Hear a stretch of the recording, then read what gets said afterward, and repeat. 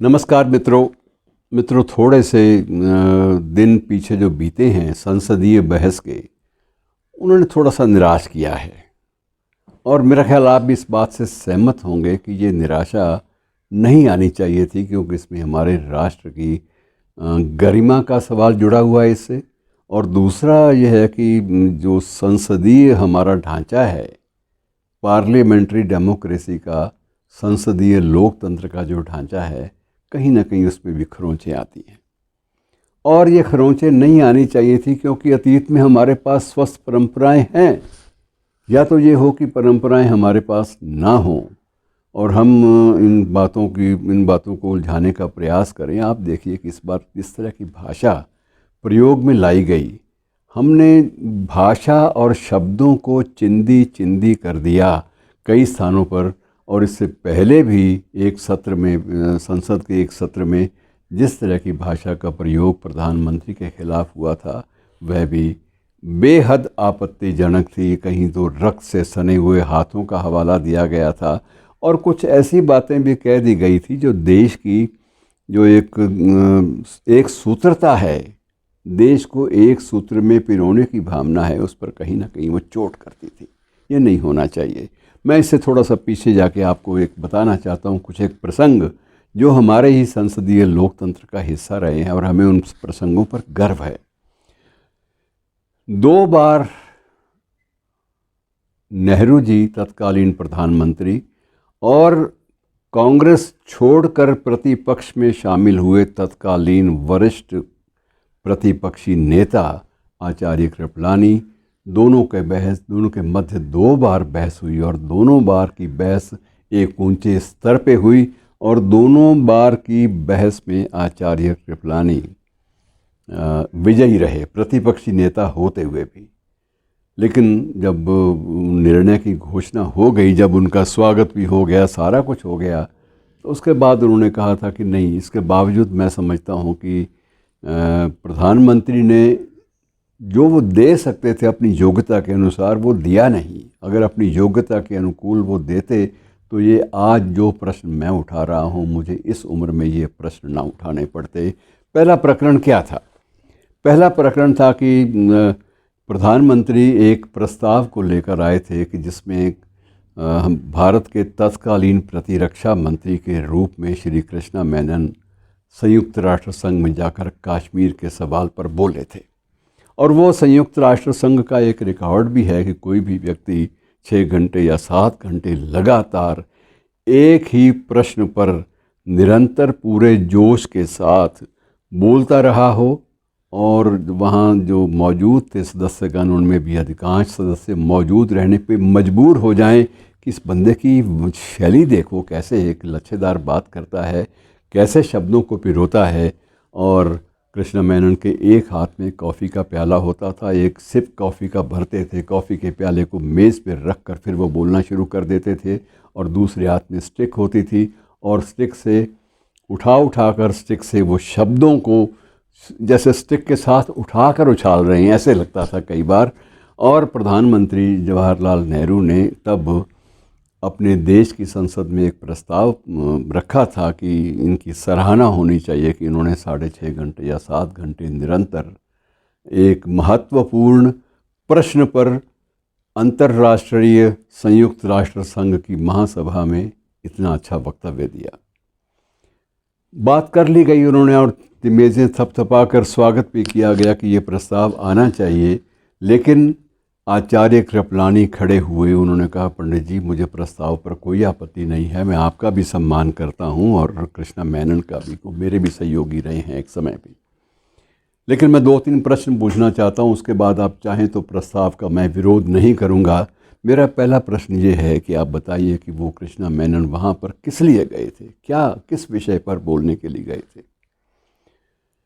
तो पंडित नेहरू ने कहा, आचार्य, ऑब्वियसली स्पष्ट है कि वो कश्मीर के मुद्दे पर बोलने गए थे, कश्मीर के मुद्दे पर, और कोई उसमें दूसरी बात है हो ही कैसे सकती है? तो आचार्य कृपलानी ने एक ठंडी सांस भरी और उनका धन्यवाद भी किया और उसके बाद कहा कि पंडित जी, पूरी उनकी मेनन की पूरी जो स्पीच है वो सारे के सारी डॉक्यूमेंटेड है, उसके प्रूफ वहाँ पर भी विद्यमान है, वहाँ की प्रोसीडिंग में, और शायद हो सकता है कि श्री मेनन के पास भी एक प्रतिलिपि उसकी हो, जो कुछ उन्होंने बोला, जो प्रस्तुत किया।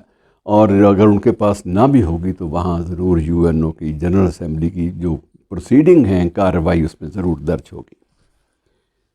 और आचार्य ने ये कहा कि मुझे सिर्फ एक बात पर आपत्ति है पंडित जी कि 6.5 घंटे एक व्यक्ति बोला, एक विशेष विषय को लेकर बोला, लेकिन आप सारी स्पीच देख लीजिए, कहीं कश्मीर का जिक्र तक नहीं है। और ये बात कहते ही पंडित नेहरू का भी मुंह खुला का खुला था और सारी संसद में एक प्रकार से ठहाके भी गूंजने लगे और सबने कहा कि ये क्या हो गया। आंखें फटी की फटी सत्ता पक्ष की भी रह गई कि ये चूक कैसे हो गई। और मेनन स्वयं चिंता में डूब गए कि ये तो संभव नहीं है कि मैंने जो विषय लेकर गया हूँ उस पर उसको मैंने जिक्र ना किया हो। तो कृपलानी ने फिर वही बात आचार्य कृपलानी ने कही कि मेनन साहब, पंडित जी, आप इस विषय को ज़्यादा इस बारे में ना सोचिए, मेरा ये आग्रह है कि ये प्रस्ताव वापस ले लीजिए, क्योंकि ये प्रस्ताव जो है किसी भी उद्देश्य की पूर्ति नहीं करता।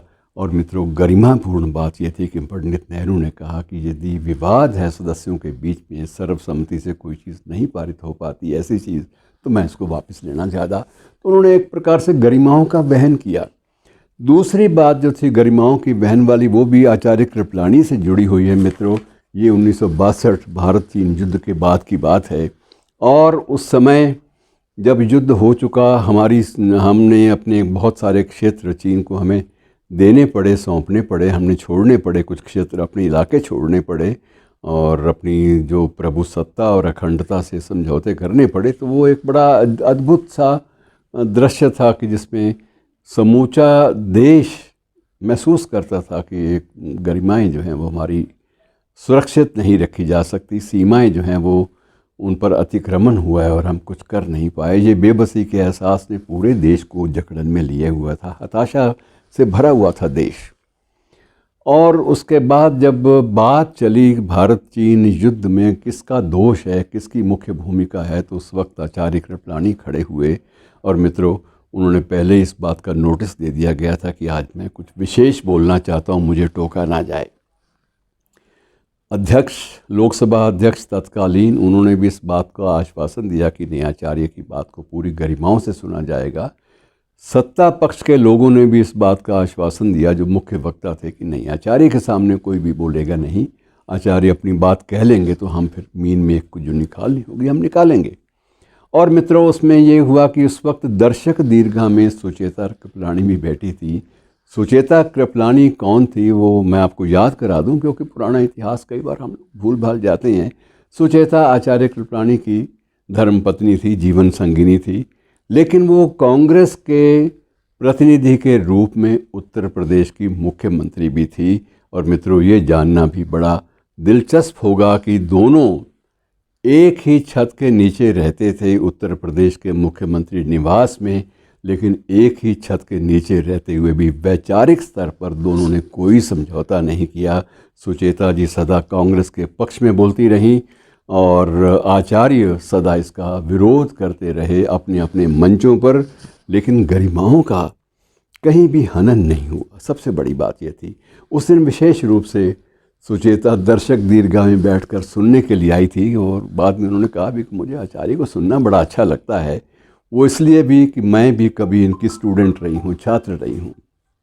और ये जो है, ये बात मुझे बड़ी अच्छी लगती रही है कि मैं उनकी एक स्टूडेंट होने के नाते अपने गुरु को तो कम से कम सुनूं। और ये भी मित्रों, बड़ी आपको जिज्ञासा तो होगी स्टूडेंट के बारे में। सुचेता कृपलानी और लाल बहादुर शास्त्री, जो बाद में देश के प्रधानमंत्री बने, उस समय वो रेल मंत्री थे, दोनों ही आचार्य कृपलानी के स्टूडेंट रहे थे बनारस में, काशी विद्यापीठ में, दोनों ही। और उस वक्त मित्रों, आचार्य कृपलानी ने जो आक्रमण बोला कि मिस्टर मेनन, अध्यक्ष की अनुमति लेकर उन्होंने कहा कि मैं सीधे कुछ आक्षेप लगाना चाहता हूँ, आपकी अनुमति है। अध्यक्ष ने अनुमति दी और उसके बाद उन्होंने एक आई charge you mister Krishna Menon of this thing, I charge you with this thing, दोनों हाथों से उनकी मुद्रा, जैसे वो क्रोध में उबल रहे थे, कि उन्होंने कहा देश की प्रभुसत्ता के साथ समझौता करने का जिम्मेदारी मैं आपको ठहराता हूँ। हज़ारों की संख्या में हमारे सैनिक मारे गए, उनकी मृत्यु का जिम्मेदार भी मैं आपका उठा रहा था। और वो स्पीच में, उनके वक्तव्य में इतनी प्रखरता थी मित्रों कि तालियों से स्वागत भी हुआ। और कुछ ही सप्ताहों बाद या एक आध महीने के बाद प्रतिरक्षा मंत्री कृष्णा मेनन ने स्वयं अपना त्यागपत्र दे दिया। ये गरिमाएं होती हैं, इन पर विस्तृत चर्चा फिर कभी। लेकिन ये है कि ये गरिमाएं जो हैं किसी भी संसदीय लोकतंत्र का आधार होती हैं, मेरुदंड होती हैं, स्पाइनल कॉर्ड होती हैं। इनको जितना बनाए रखा जाए उतना ही देश भी सुरक्षित रहता है और संसदीय लोकतंत्र भी सुरक्षित रहता है। धन्यवाद।